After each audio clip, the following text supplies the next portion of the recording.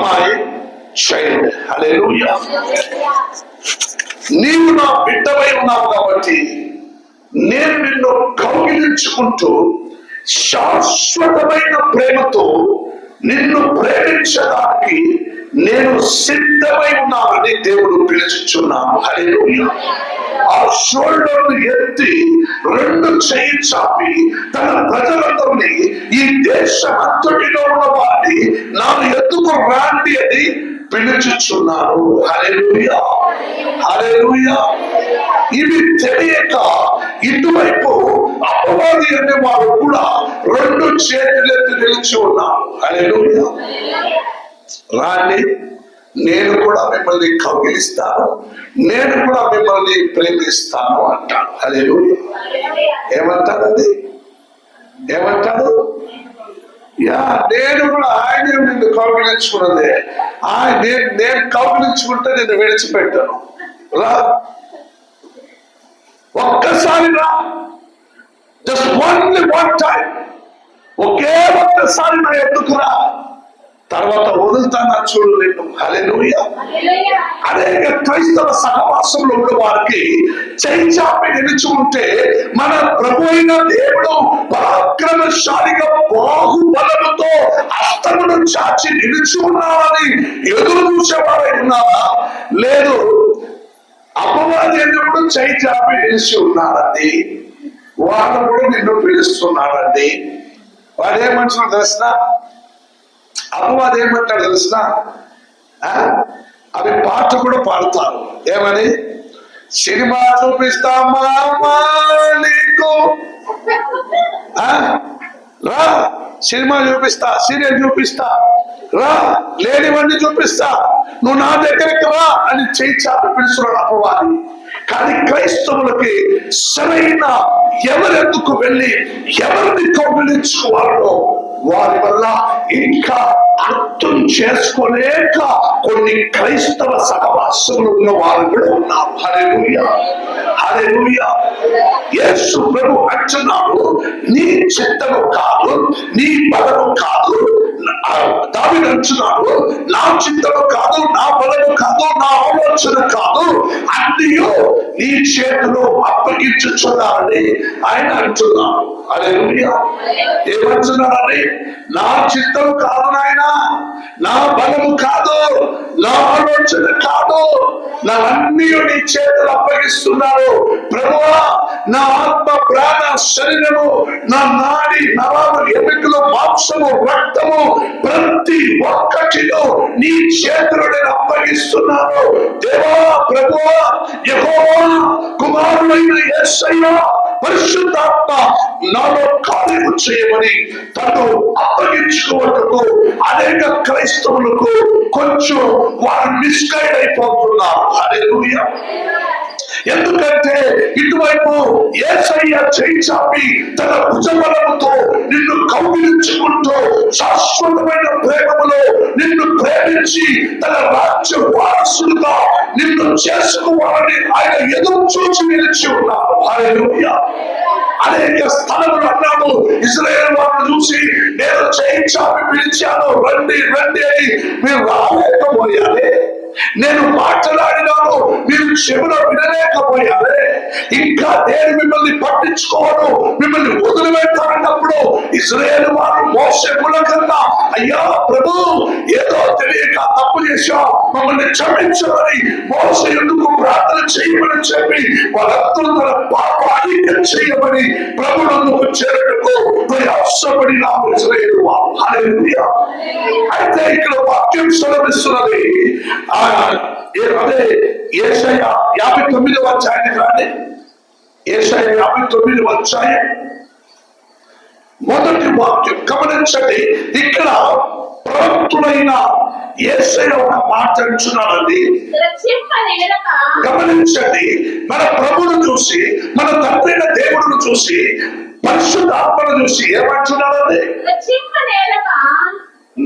రక్షింపనేరక ఉండనట్లు యెహోవా హస్తము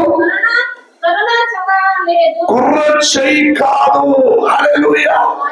హల్లెలూయా. ఏమంటున్నారండి? కుర్ర చేయి కాలేదు. ఒకరు చూసారా? రెండు చేయి కరెక్ట్ గా ఉన్నాయి. నాకు మీ అందరూ కరెక్ట్ గా ఉందా? ఒకరికి ఒక చెయ్యి చిన్నగా ఉంటుంది. చూసారా? చూసారా? ఒక చెయ్యి బాగుంటాయి, ఒక చెయ్యి చిన్నగా ఉంటుంది. హల్లెలూయా. చిన్నప్పటి నుంచి ఏదో ఒక ప్రాబ్లం అయింటుంది వాళ్ళకి. భక్తుడు వచ్చినాడు, నన్ను రక్షించలేని కుర్ర చెయ్యి కాదు స్వామి నీకు. హల్లెలూయా. అదే విశ్వాసంతో పాటు ప్రతి ఒక్కరూ చెప్పబడాలి. ఇక్కడ ఆయన అంటున్నాడు, నూతన కృపణించేందుకు తన చేతులు చాపుచున్నాడు. కానీ నీకు నాకు ఇది కృప కాలమై ఉన్నది. హల్లెలూయా.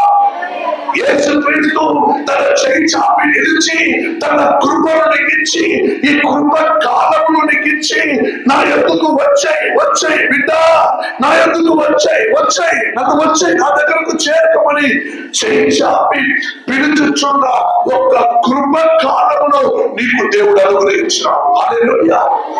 ఈయన కూర్చున్న వారైన నీకు ఈ రోజున ప్రతి ఒక్క సంఘములో దైవదాసులు వారు చెప్పే ప్రతి ఒక్క మాటలు వినుకుంటూ శ్రద్ధగా కూర్చున్న లోకమంతటిలో ఉన్న సంఘములో ఉన్న ప్రజలకు అనేకుడికి దేవుడే మంచున్నావు.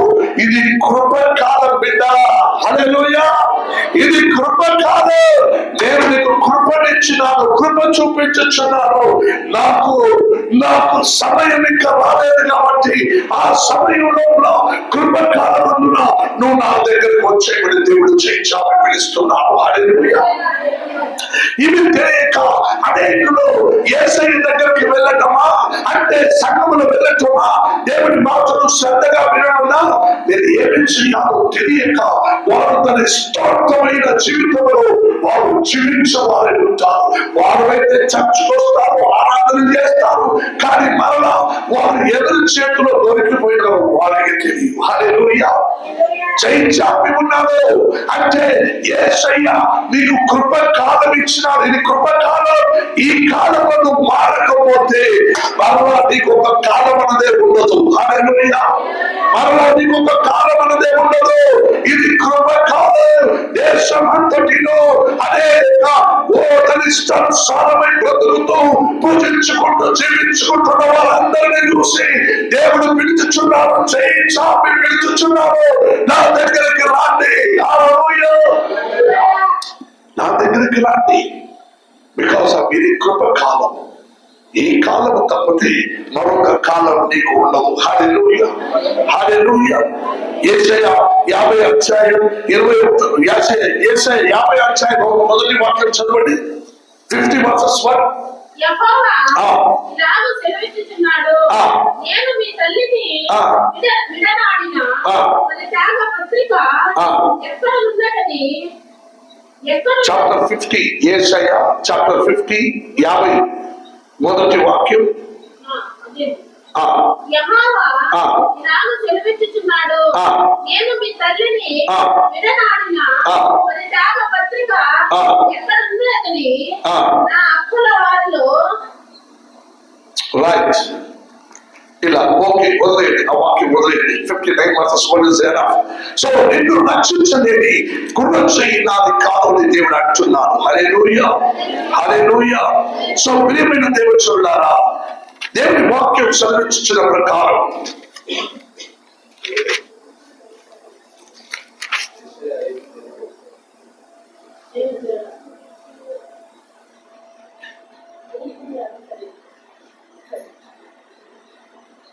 రైట్. రెండో వాక్యం. Can you please read the second one? 50 verses 2. నేను వచ్చినప్పుడు ఎవరు లేకపోయినా, గమనించండి, నేను చేయి చాపినప్పుడు ఎవరు చూడలేకపోయినారు, నేను వచ్చినప్పుడు ఎవరు లేకపోయినా, నేను పిలిచినప్పుడు ఎవరు ఉత్తరం ఇవ్వకుండా ఉండనేలా నా చెయ్యి విమోచింపలేనంత కుర్ర చెయ్యి అయిపోయేనా. హల్లెలూయా. హల్లెలూయా. నా చెయ్యి కుర్ర చెయ్యి అయిపోయేనా. నిన్ను రక్షించలేక, నిన్ను విడిపించలేక నా కుర్ర చెయ్యి అయిపోయినదా. రండి అని చెప్పి దేవుడు పిలుచుచున్నాడు. హల్లెలూయా, హల్లెలూయా. సో అందుకే ప్రియమైన దేవుడున్నారా, అపొస్తలుడైన పౌలు అంటున్నాడు, పౌలు ఈ విధంగా చదివిస్తుండగా, అపొస్తలుడైన పౌలు ఫిలిప్పీయులకు రాయుచుండగా 4వ అధ్యాయం 13వ వాక్యంలో ఒక మాట అంటున్నాడు. 4వ అధ్యాయం 13వ వాక్యములో చదవండి. నన్ను గమనించండి, పౌలు అంటున్నాడు, పౌలు అనేకసారి ప్రయాణం చేస్తూ సముద్రమును దాటి క్రీస్తును ప్రకటించారు. క్రీస్తును ప్రకటింపక దేశం వ్యాప్తి యూదా వారి వంశములకు చేరిన వారైన పౌలు అనేకులకు ఈ ప్రకటన ప్రకటించుచుండగా అనేక బాధలు పడినాడు, వేదన పడినాడు, దుఃఖపడినాడు, అనేకసారి మరణం ఎదురైనది. ఆయన ఒక మాట అంటున్నాడు, గమనించండి, నన్ను బలపరచు వాని యందు నేను సమస్తము ఆమేన్ చెప్పండి. హల్లెలూయా, హల్లెలూయా. పౌలు అంటున్నాడు, నన్ను బలపరచిన వాని యందు నేను సమస్తమును చేయగలను. హల్లెలూయా. ఈ మాట ప్రతి ఒక్క క్రైస్తవ సహవాసంలో ఉన్న సహోదరి సహోదరులారా, మీరు ప్రతినిత్యము చెప్పాలి. మాటని ఈ వాగ్దానం మైండ్ లో పెట్టుకోవాలి. ఓ పౌలు అన్నాడే ఫిలిప్పీయులకు రాయచుండగా ఈ విధంగా అన్నాడే, నన్ను బలపరచు వాని యందు నేను సమస్తమును చేయగలను. హల్లెలూయా. నాకు కన్నీళ్ళు ఉన్నానా, నేను బలహీనంలో ఉన్నానా, అప్పుడు బాధలో ఉన్నానా, నన్ను బలపరచు వాని యందు నేను సమస్తమును చేయగలను అనే బలమైన నమ్మకం, విశ్వాసం ఆది అపొస్తలుడైన పౌలులో ఉన్నట్టుగా ఈ నాటిలో బ్రతుకుతూ జీవించవారైన మీలో ఈ బలమైన నమ్మకం, విశ్వాసం మీలో ఉండవాలన్నదిగా కోరుచున్నాము. హల్లెలూయా, హల్లెలూయా, హల్లెలూయా. మీరందరికీ తెలిసిన ప్రకారం పాపమును చూసి ఒక్కడు పారిపోయాడు. ఎవరండి అది? యోసేపు. యోసేపు తన రాజ్యత్వమును వాని గుప్పట్లు ఇవ్వగా ఆడు రాజుడేమన్నాడంటే, రాజ్యత్వంలో ఉన్న అన్నిటి మీద అధికారం నీకు ఉంది, నా భార్య బిడ్డలు తప్ప అని అన్నాడు. అన్నా కానీ రాజు బయటకు వెళ్ళాక ఆయన మంచి కుర్రోడుగా కనబడుతున్నాడని ఆ మహారాణి తల్లి ఏం చేసిందంటే, నీవు నాకు కావాలి, నేను నిన్ను సొంతం చేసుకుంటాను అని అన్నది. హల్లెలూయా. అనేకసారి చెబుచుండగా ఆయన ఒప్పుకోకుండా పోయినాడు. హల్లెలూయా. ఆయన ఒప్పుకోకున్నప్పుడు ఒక్క దినము ఆ మహాతల్లి రాణి అన్న ఆయన సొంతాన్ని పట్టుకునింది, నీవు నా సొంతం కావాలని. హల్లెలూయా. ఆ పైన వస్త్రమును సొంత విప్పి వదిలిపెట్టి పారిపోయాడు అని వాక్యం చెబుతున్నది. హల్లెలూయా. ఎక్కడికి పారిపోయాడండి? ఎక్కడికి పారిపోయాడు? పారిపోయాడు అని వాక్యములు ఉన్నాయి. కానీ పారిపోయి దేవుని హస్తములకు వచ్చి చేరిపోయాడు. హల్లెలూయా, హల్లెలూయా. పాపమును చూసి పరిగెత్తుకున్న ఒక ఏకైక వ్యక్తి ధర్మశాస్త్రమందున యోసేపు పారిపోయాడు, పారిపోయాడు, పారిపోయాడు. అనేక దైవ సేవకులు కూడా ప్రసంగం చేసేయచ్చు. కానీ పారిపోయాడంటే నేరుగా పారిపోయాడు. ఎవరి దగ్గరికి? రెండు చేయి చాపి నిలిచి తన బాబు బలముతో నా బిడ్డ నా దగ్గరికి రమ్మని పిలుచుచున్నాడు. దేవుని ఎందుకు పారిపోయాడు. హల్లెలూయా, హల్లెలూయా, హల్లెలూయా. రాజ్యంతో అధికారం అన్ని ఇచ్చినది, అన్ని ఇచ్చినాయి. అయినా కూడా ఆయన ఆలోచన, ఓ నా దేవుడికి భయపడవాలని, నేను ప్రార్థించేవాడని, నేను క్రీస్తును అంగీకరించిన వాడని, నేను విశ్వాసం పరుడిని, నేను మోకరించి ప్రార్థించేవాడని, నా కన్నీటితో దేవుని పాదం కడుగుతున్నవాడని, నేను బలమైన విశ్వాసం పరుడిని, నేను తప్పులు చేయలేనని చెప్పి తప్పులు చేయటకు ప్రేరేపించిన సందర్భంలో పారిపోయాడని వాక్యం ఉంది. ఆయన పారిపోలేదండి, ఆయన పారిపోయి ప్రభు ఎందుకు వచ్చాడండి. హల్లెలూయా. క్రైస్తవ సహవాసంలో ఆయన నూతన బాహుబలము నీకు అనుగ్రహించి నిర్ణయించి ఉన్నది కాబట్టి ఈ కొత్త సంవత్సరంలో, నూతన సంవత్సరంలో నూతన అనుబంధం, నూతన బంధుత్వం ఏర్పరించావు. గత వారములు చూసినట్టు నీకు నూతన హృదయం ఏర్పరించావు. ఇప్పుడు నీకు నూతన కృప కాలమును వివరిస్తున్నాడు. హల్లెలూయా, హల్లెలూయా. దేవుడు ఈ సంవత్సరమందున ఈ ఫిబ్రవరి మొదటి వారంలో నూతన కృప కాలము నీకు అనుగ్రహించుచున్నాడు. హల్లెలూయా. ఈ కృప కాలమును వదులుకుంటే నీవు నీ పాపమును చూసి పారిపో. హల్లెలూయా, హల్లెలూయా. అది ఎటువంటి పాపమైనా సరే, అది డబ్బుల విషయమైనా సరే, అది నిన్ను మోసం చేసే విషయమైనా సరే, ఎటువంటి పాపములైనా పాపమును వదులుకొని పారిపోయేస్తున్నాము. అప్పుడు ఈ దేవుని చేతిలో కరెక్ట్ గా దొరికిపోతావు. హల్లెలూయా. లేదంటే ఇటువైపు అపవాది అనే వాడు రెండు చేతులకు నిలుచుకున్నావు. నువ్వు కళ్ళు కనపడక ఓడు పరిగెత్తుకొని వెళ్ళి అపవాది చేతులు దొరికిపోతావు. జాగ్రత్త. హల్లెలూయా.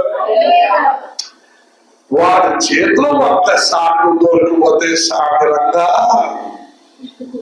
అప్పుడు ఉంటుంది నీకు. హల్లెలూయా. దొరికిపోకుండా తప్పించుకుంటూ పారిపోయి మన ప్రభుని చేతులు దొరికిపోండి. నిన్ను రక్షించలేని కుర్ర చేయి కాల నా దేవుడిది. హల్లెలూయా. ఆయన అన్నాడు, ఈ భూమి నాకు పాదపీఠం, ఆకాశం నాకు సింహాసనం అని అన్నాడు. అయితే ఈ పగలు, సూర్యుడు, చంద్రుడు ఇవన్నీ ఎవరికండి? మనుషులైన నీకు మాత్రమే, నీ సంతతుల వారికి మాత్రమే. సూర్యుడు, చంద్రుడు, గాలి, వాన, తుఫాను ఇవన్నీ ఈ అలోకమున భూమిలో అడుగు పెట్టి సింహాసనంలో కూర్చున్న వాడిని కాదు. హల్లెలూయా. మరొక దావీదు, దేవుని సేవకుడు దావీదు గోలియాతు ఎదురుగా వెళ్ళాడండి. గోలియాతు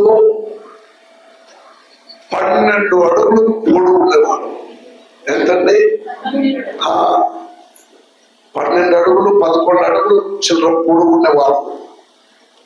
దావీదు షార్ట్ మ్యాన్. ఆయన ఒక 4 అడుగులు లోపల ఉంటాడు అనుకుంటా. కానీ దావీదు నువ్వు చూసి సౌలు మరియు వారి సంత వారు, రాజ్యంలో ఉన్నవారు భయపడుతున్నారు. ఏం పడుతున్నారు? ఎందుకు?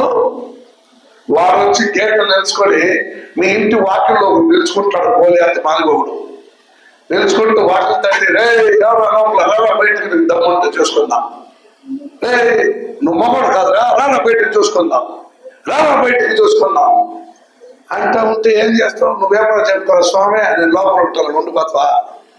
వాక్యం తెలిసి ఎవరన్నా చెప్పడు, నువ్వు యాస్తాంగుడు చెప్పి నువ్వు పోతావు లేదా? ఆ మాదిరి దావీదు ఆ రాజ్యంలో రాజుని పిలుచుచున్నాడు. వాళ్ళు ఏం చేస్తున్నాడు? ఎక్కరేస్తున్నాడు. అరే నీ రాజ్యంలో నన్ను ఎదిరించేవాడు మగవాళ్ళు లేదరా? అరే నా దగ్గర యుద్ధం చేసేవాళ్ళు ఎవరు లేదా? నీ రాజ్యంలో ఎవరు లేదా? వారి సిగ్గులు ఏదో రారా, వారి రాండ్రా, మీసాలు పెట్టుంటే రాండ్రా, మీకు దమ్ముంటే రాండ్రా అని గోలియాతు పిలుచుచున్నాడు వాళ్ళని. రాజు తల మీద చేయబెట్టి వాళ్ళు మానం పోతుంది. దమ్ముంటే రారా పిలుస్తాడే, మీస తిప్పకుండా రారా అంటాడే.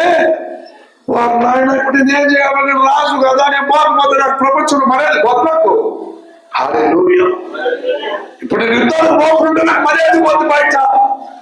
నేను ముందుకు పోతే కదా వాళ్ళందరూ యుద్ధాలు రావచ్చు. 20-30 మనుషులు ఒక్కటిగా అందరినీ పట్టుకుంటూ తిప్పిలాడి పడేసే మాదిరిగా గోలియాతు నిలిచి ఉన్నారే. కానీ దావీదు ఆయన దగ్గరికి వెళ్ళాడు. సౌలు అన్నాడు, అయ్యా భయపడవద్దు, నెమ్మది దగ్గర నువ్వు నాకు ఆజ్ఞ మాత్రమే అప్పన నాకు ఆజ్ఞ పర్మిషన్ ఇచ్చాయి, నేను పోతాను. ఒరే ఒరే ఒరే నువ్వు ఇంటున్నావురా, వద్దరా, నసికి పిసికేస్తాడు వాడు. పోయిరా, ఎక్కడైనా తప్పించుకొని పోయిరా వాడు అన్నాడు. ఒరే సౌలు రాజు, ఒక అభిషేకం లేని వాడు, ఒక బ్యాప్టిజం తీయని వాడు, ఒక దేవుడి బలం లేని వాడు సొంత బలంలో దున్నపోత మాదిరిగా బాగా తిని బలిసిపోయి కూడా నేర్చుకున్నాడు. వాడిని చూసి భయపడతావా? నేను అభిషేకం పొందిన వాడిని, నేను బలం పొందిన వాడిని, నా దేవుడు నా పక్షంగా ఉన్నాడు. యుద్ధము నాదే, హల్లెలూయా. యుద్ధము జయము నాదే. నాకు ఆజ్ఞ ఇచ్చిందనే పోరాడన్నావు.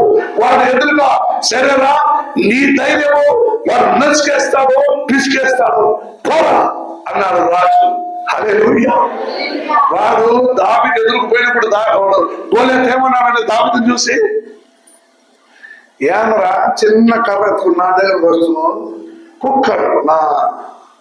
కుక్కను కొట్టేదానికి చిన్న కర్ర ఎత్తుకుని ఏంద్రా ఇంతనో పిల్లకాయి నా దగ్గరకు వస్తుంది ఏంద్రా అన్నాడు. హల్లెలూయా. అభిషేకం లేనివాడు, బలం లేనివాడు నీకేంటే దేవుడు నన్ను అభిషేకించాడా, అభిషేకముతో పాటు నేను వచ్చినాడా, చేయము నాదే అన్నాడు. హల్లెలూయా. వాటిని పట్టుకున్నకి వాడు చేయి చాపే లోపల చేతిలో రాళ్ళు కట్టి విసిరినాడు. బుల్లెట్లు షూట్ చేసినట్టు నేరుగా రాళ్ళు వాడు తలలో తగిలింది. ఒకే రాళ్ళు. హల్లెలూయా. 2 సారి 3 సారి కాదు, ఒకే రాళ్ళు అలా చుట్టి విసిరేశాడు. బుల్లెట్ మాదిరిగా వాడు తలలో తగలకూడిందే. వాడు తల దిబ్బలు తిరిగిపోయింది. హల్లెలూయా. బస్సులో పోతా ఉంటే ఒక సినిమా వేసిండ్రు, మహేష్ బాబు అనుకుంటాను. వాడు ఎవరు ఇక్కడ పండు అంటే వాడు ఏం చేస్తాడంటే లారీ కొట్టిందే, ఎవరు కొడితే దిమ్మ తిరిగిపోతూ వాడి పండు అన్నాడు. హల్లెలూయా. నేను మర్చిపోలేదు. హల్లెలూయా. ఒకే రాళ్ళు దిమ్మ తిరిగిపోయింది. అలాగే కిందకు పడినాడు. దావీదుకు ప్రజలందరూ కేకలు వేసి పాటలు పాడారు. సౌలు అయితే 1000 మనుషుల్ని చంపాడు. దావీదు హల్లెలూయా 10,000 మనుషుల్ని చంపేవాడిని చంపాడు. హల్లెలూయా. 10,000 మనుషుల్ని చంపేవాడిని చంపాడు. దావీదుని ఆడవాళ్ళందరూ ఎదుర్కొంటూ పాడుకుంటూ నాట్యం చేశారు దావీదు గురించి. హల్లెలూయా. వాడు విశ్వాసం, వాడు చిన్న పిల్లకాయ అయినా నాలో ఉన్న బలము, నాలో ఉన్న అభిషేకము, నాలో ఉన్న దీక్షస్థానం పొందినప్పుడు నీవు పొందుకున్న మహిమ, నీవు పొందుకున్న అభిషేకం నిన్ను విడిచిపోవనివ్వకుండా జాగ్రత్తగా చూసుకో. నువ్వు నేరుగా దేవుని చేతులు అప్పగించు. అపవాది చేతులు అప్పగించాలంటే వారు నీకు సినిమా చూపిస్తారు. హల్లెలూయా. అందుకే యేషయ గ్రంథం ఒక వాక్యం చదవండి. యేషయ 53 వాక్యం ఫాస్ట్ గా ఒక 3-4 వాక్యాలు ఉన్నాయి, చదవండి. యేషయ 53 వాక్యం. దేవుడికి ఒక మాట అంటున్నాడు, ఈ రోజు మిమ్మల్ని చూసి అంటున్నాడు. చదవండి, గమనించండి. చెవి యొక్కి నా ఎద్దుకు రండి, మీరు విడిన ఎడల మీరు బ్రతుకుదురు.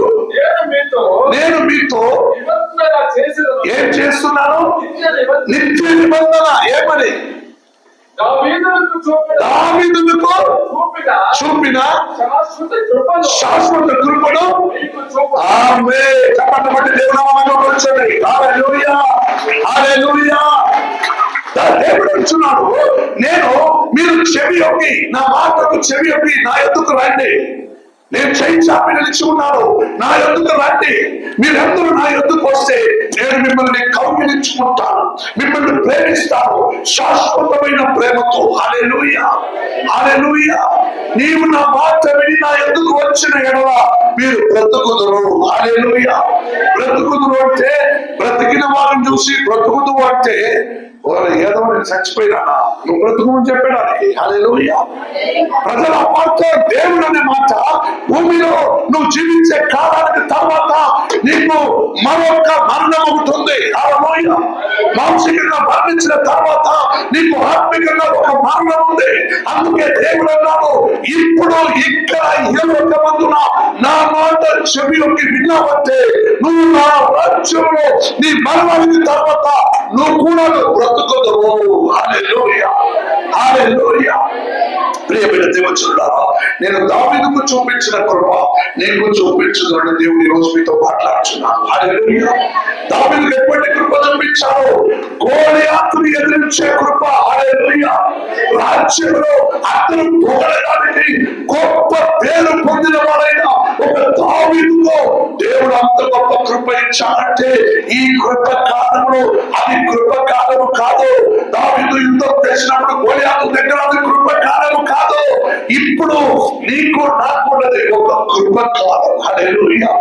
ఆ నూతన కృప కాలంలో నీవు బ్రతుకుతూ అంటే నువ్వు దావీదుకు చూపించిన ఆ శాశ్వత కృప నేను నీకు నీ సంతతికి నేను చూపించను. హల్లెలూయా. హల్లెలూయా. కీర్తన గ్రంథం 89వ అధ్యాయంలో 33 నుండి చదవండి. 33 నుండి నా కృపలో అతనికి బొత్తిగా అంటే దేవుడు ఏం చెప్తున్నాడు?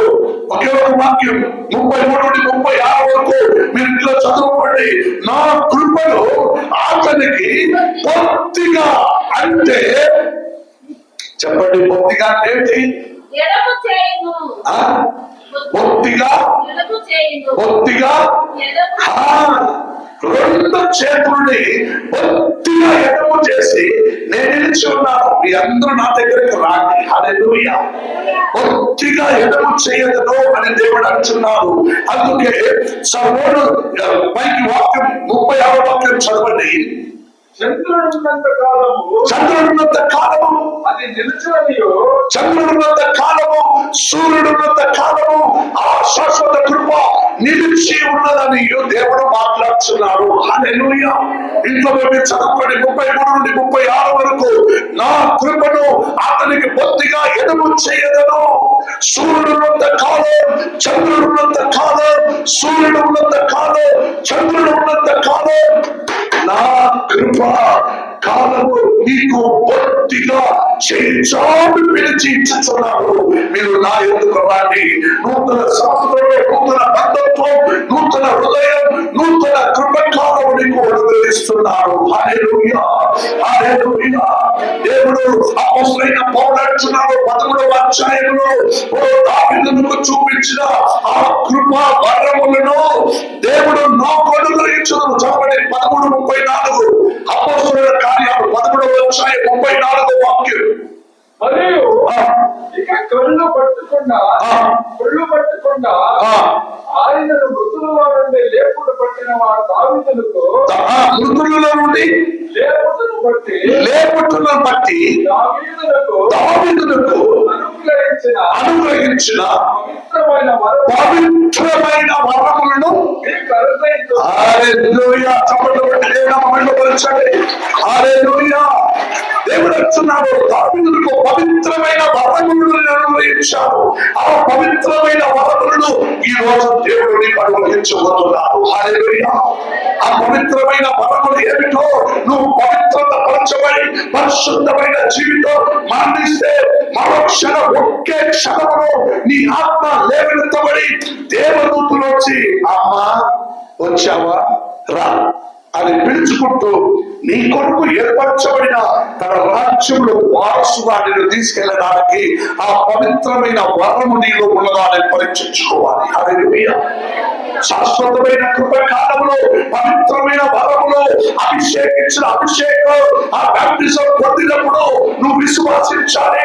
యేసుక్రీస్తు యోర్దాను నదిలో యోహాను స్నానకుడి దగ్గర 3 నీళ్లు పొడిగి జ్ఞానస్నానం పట్టుకున్నట్టుగా ఆకాశ కుప్పట్లు విప్పబడి ఒక స్వరం వినబడినది. ఏమిటది?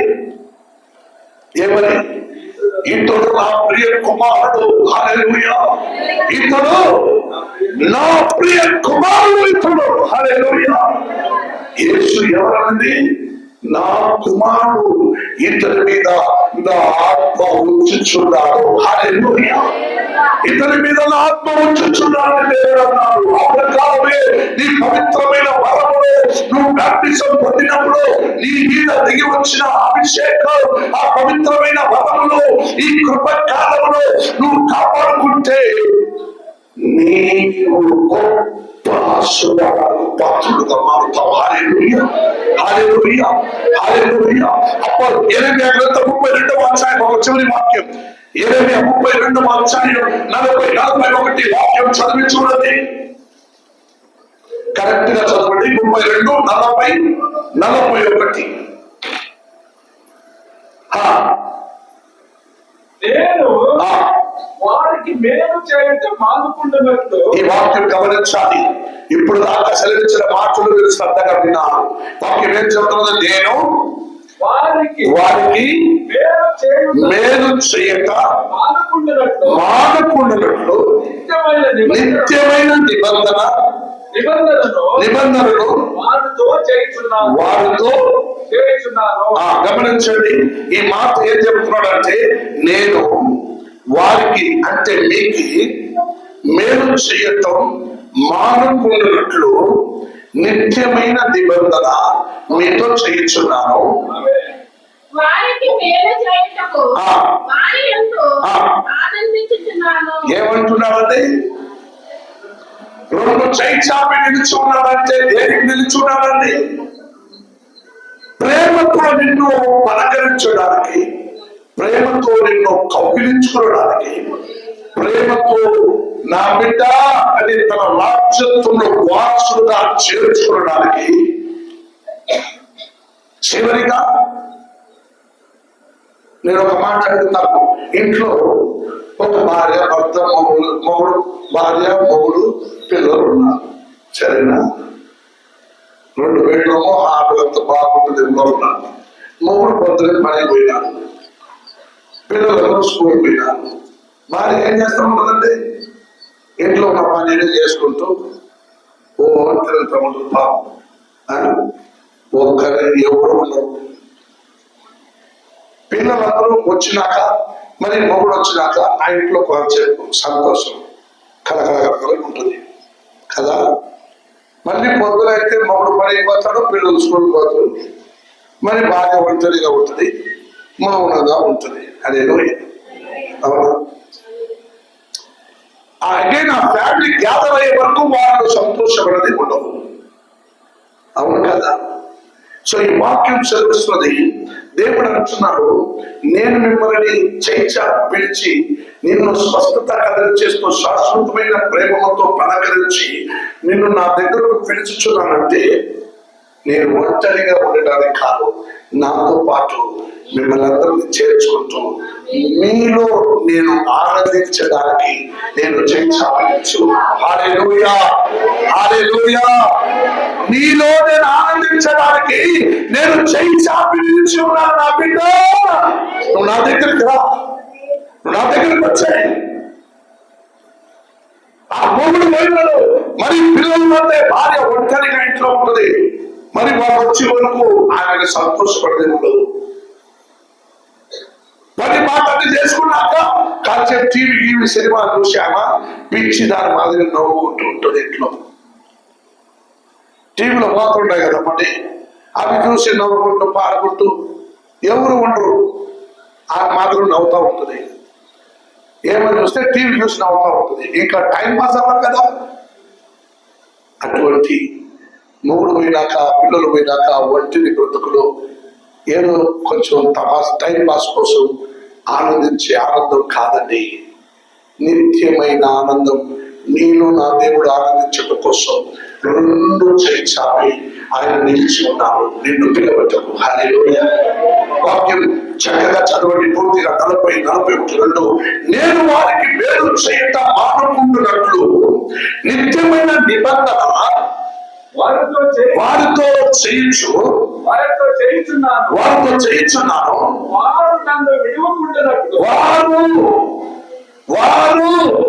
నన్ను విడువకుంటున్నట్లు వారి హృదయములలో నా ఎడల భయమును భక్తులు పుట్టించెదను.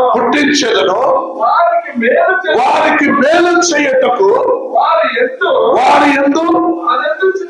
ఆమేన్. హల్లెలూయా, హల్లెలూయా.